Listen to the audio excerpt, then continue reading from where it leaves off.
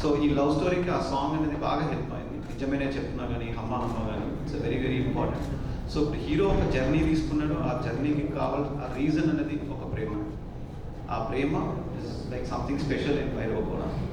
So ఆ journey అనేది మనకి చాలా చాలా డిఫరెంట్ వెరైటీస్ ఉంటుంది. So this is more like an adventure, ఒక మిస్టరీ, ఒక సస్పెన్స్, బట్ టోటల్ ఫన్ ఉంటుంది.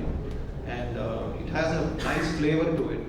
ఐ థింక్ ఫ్యామిలీ మొత్తం ఫ్రమ్ ఆల్ ఏజ్ గ్రూప్స్. మనకి ఇప్పుడు సెన్సార్ కూడా అయిపోయింది. ఆ సెన్సార్లో కూడా మనకి ఒక మ్యూట్ లేవు, ఒక కట్స్ లేవు, ఒక డైలాగ్ మ్యూట్స్ లేవు. So such a clean entertainer.